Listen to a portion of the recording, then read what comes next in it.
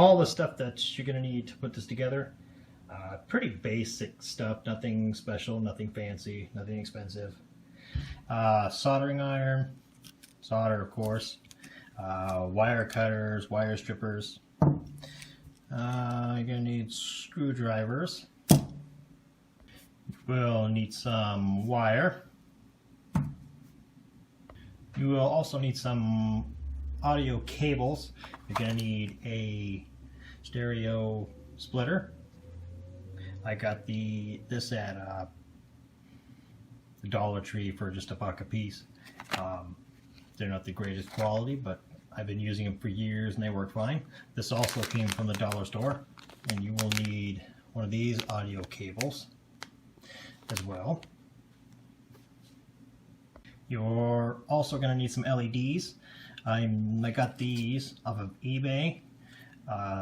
They were very cheap, less than $4 with free shipping. They run off of 12 volts. Comes in a 15-foot roll, I believe. They have these places you can cut and solder every third LED,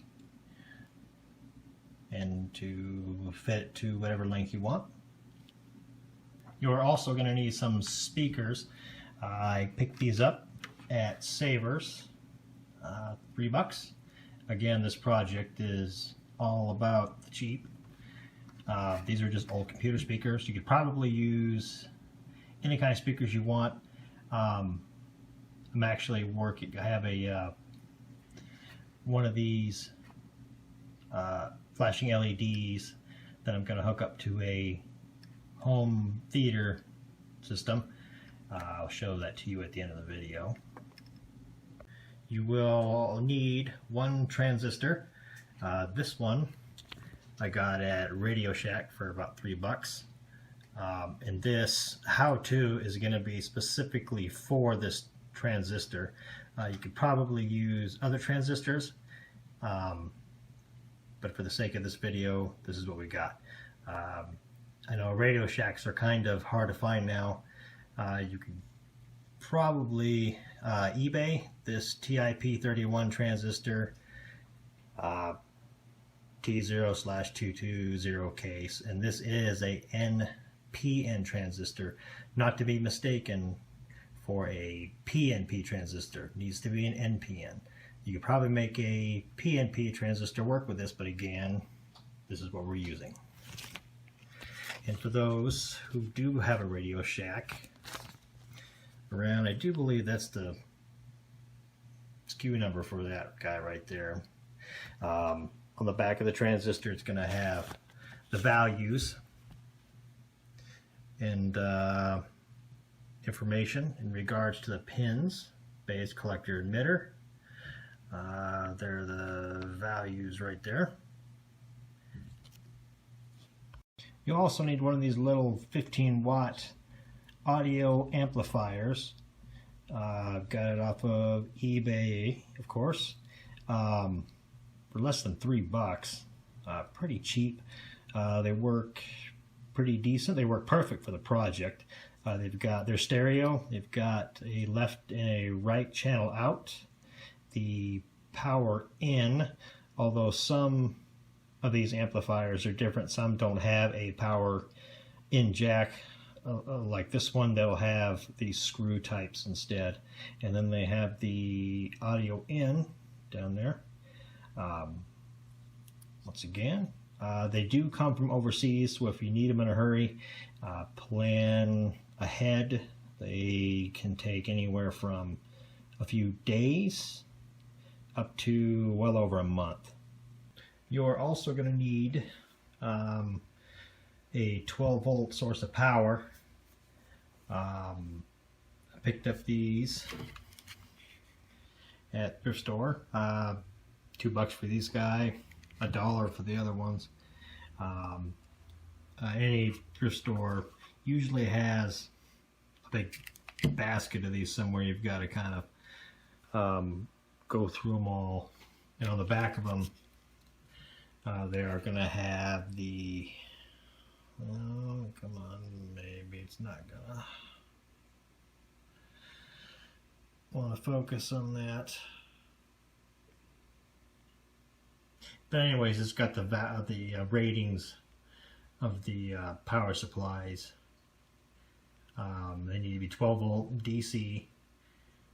I think I'm running about 500 milliamps to the 15 watt amplifier, and I think I'm running about an amp and a half to the LEDs. You can use a battery. You can use a 12 battery. Not exactly sure how long it'll run. Just depends on the size of the battery you have. It needs to, the size of the jack, I'm not exactly sure what size that is. I just took the small amp into the store with me and plugged it in. It's must be a pretty common size because most of them in there were this particular size of power jack. And like I said, this does require two separate power sources, one to power the LEDs and one to power the amp. That has to do with the transistor. The two cannot share one power supply. Why that is, and the way a transistor works is kind of a how-to video all in itself.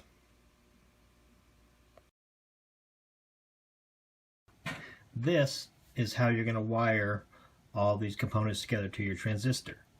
The positive output of the 15 watt amplifier is going to go to the base of the transistor.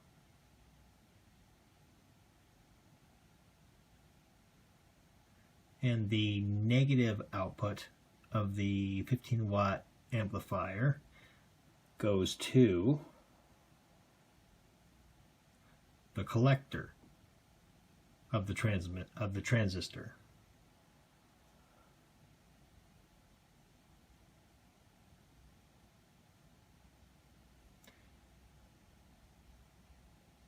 Then the negative end of the LEDs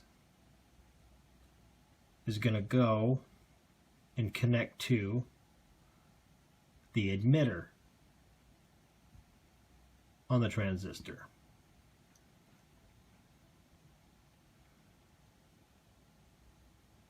Then the positive of the LEDs is going to go to the positive power supply for your LEDs.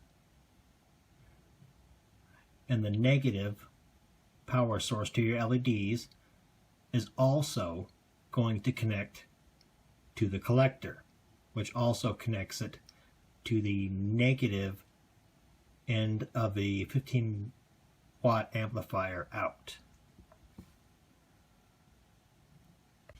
A very easy and very cheap way to kind of keep your circuit together. I got these again, Dollar Tree, $1. They're just these cheap plastic cutting boards. They're very easy to cut, very easy to drill. And the transistor and the amplifier mount up to it perfectly.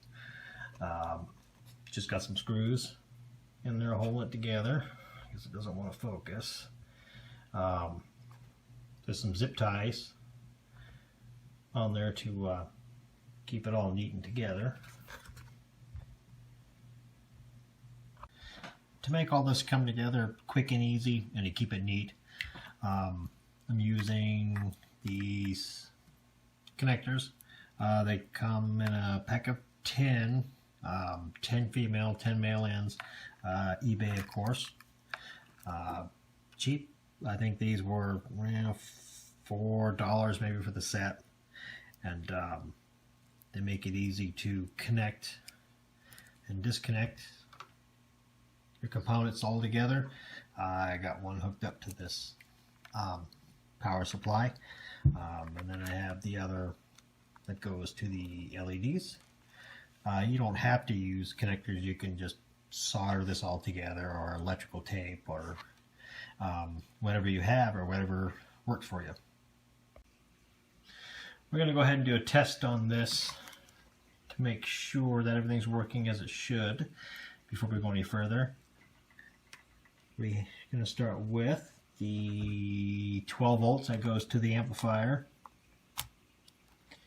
There's a blue light that comes on to let you know that it's powered on. It's pretty bright, so I cover it up with a piece of electrical tape. If you have this in the dark, it does emit quite a bright light until darkness. Next, we have the 12 volts. That's going to go to the transistor for the LEDs. And then we have the output off the transistor that go to the LEDs. And next, we're going to use this splitter. One of these is going to go into your source of sound. I'm using an old cell phone for this one. Plugs into the headphone jack of the phone. One of these is going to the computer speakers, or whatever source of sound you're going to be using. And the other one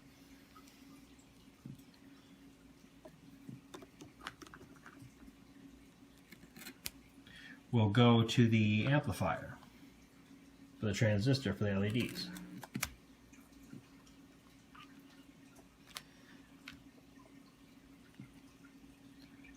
And I'm going to play a flickering light sound effect.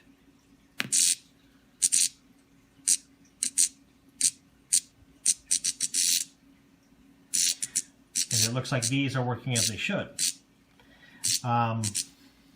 You use the amplifier, and you can control the intensity of the light. As you turn it down, the LEDs will become less bright. They are pretty bright, and if they are too bright for your location of what you're using them for, you can turn them down for more light, turn it up, and the lights become brighter and more intense.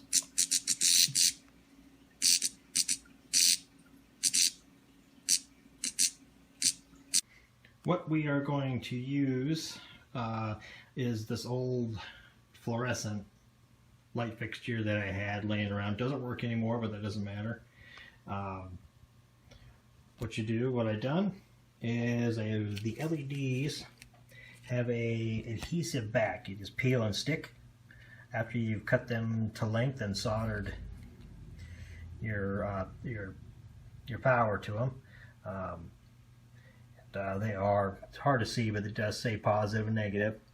And what I've done, peel them off and peeled out the back and stuck them to the inside, so they're going to go over or under the fluorescent bulbs when you put them back into their sockets.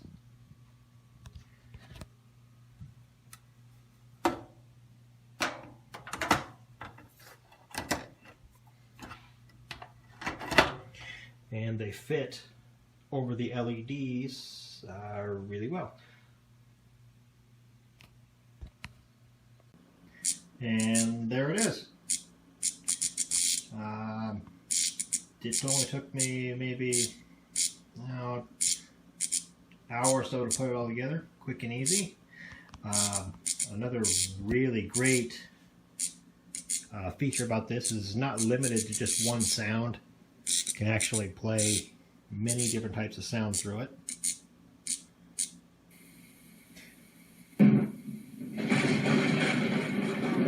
some thunder and lightning.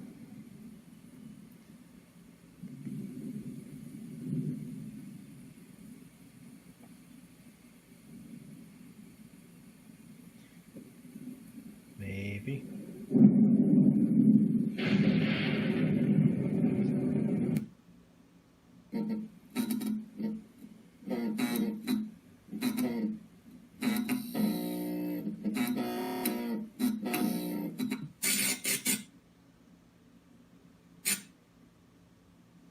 All kinds of different sound effects you can play. If you Google flickering light sound effects, lots of sounds come up, and it's not. You can also play voice through it,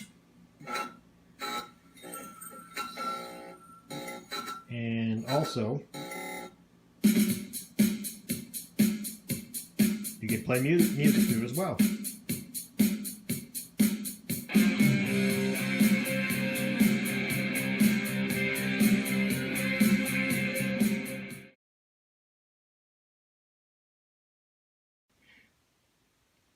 Here it is again, the simple LED amp transistor circuit. This time got it hooked up to something with a little bit more power. Got an old Sony surround sound picked up for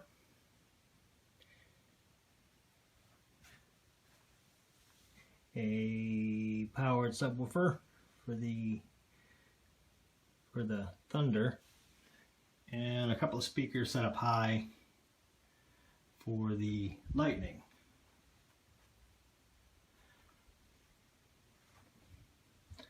And up on the ceiling is a couple of strips of strips of wood painted black with the LED stuck to the top of them. This is all going to go on the entryway to the house. Probably going to use, we got a big piece of paper we're going to put underneath the strips. Maybe use some gray paint to make it like there's clouds. This is going to go in the entryway of the house for Halloween. And let's give it a try.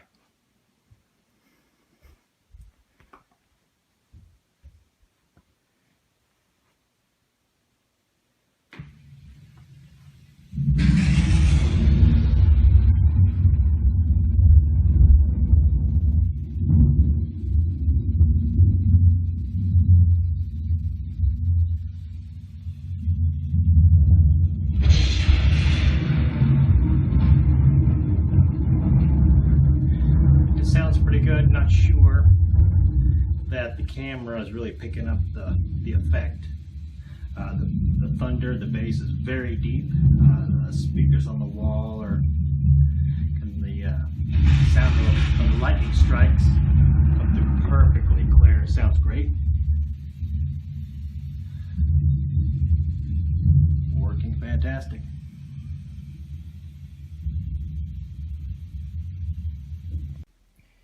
And the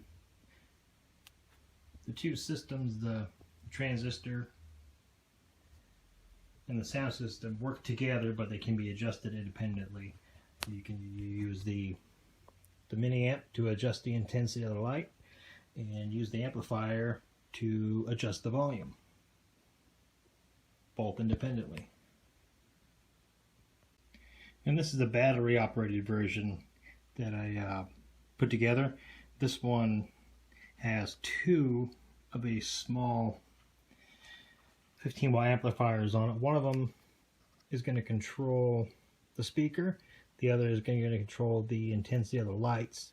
The particular LEDs I'm using, they run off of 5 volts. So I got these small battery pack here. Again, this transformer will drive, I think it's, if I check the value again, anything up to 40 volts. So you're not just limited to 12. You can power anything up to what that little guy will handle. And on the inside of this old workshop lamp that I had, pulled out the old halogen bulb and glued in on the inside 3 sets of LEDs, and got these from these little guys. Got these at the Dollar Tree. They were the right voltage, 5 volts. You got 3 1.5 volt cells in there, so I guess that's actually anyway 4.5.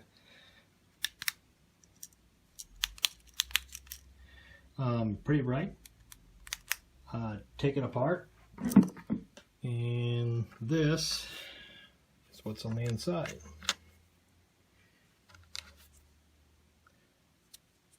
2 really bright cool white LEDs and this little reflector.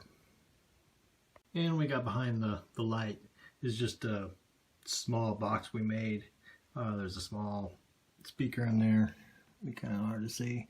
That's where we're getting our sound from. And what we've paired this system up with is just a danger, beware of a zombie sign that we'll put out in the yard somewhere, or on the entryway or something. Haven't decided yet. And we'll give it a go.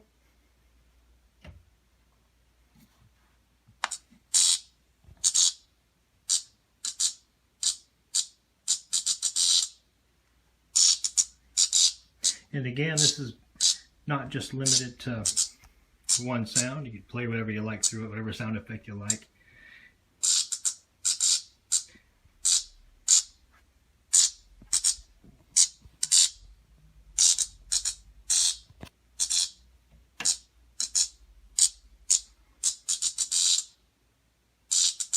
A flickering lamp.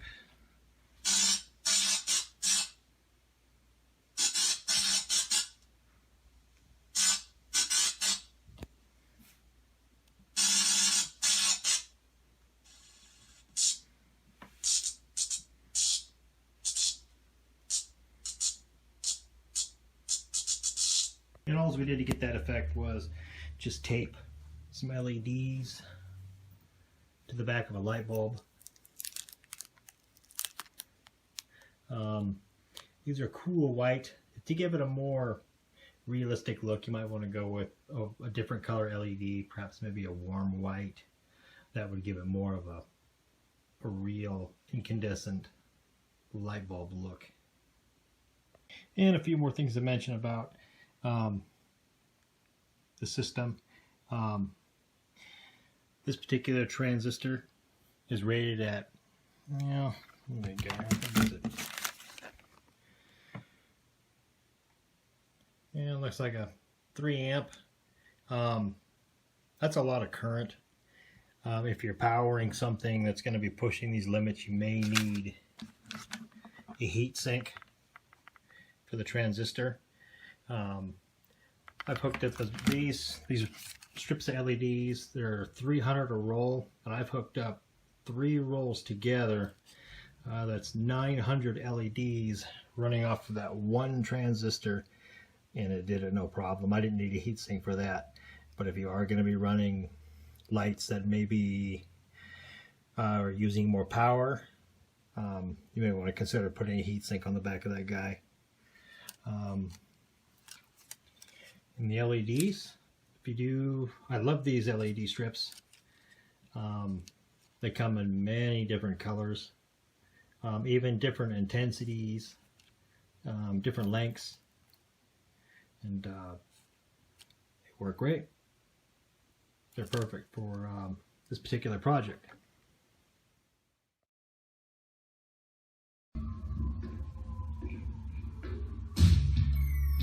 Well, thanks for watching, and happy haunting.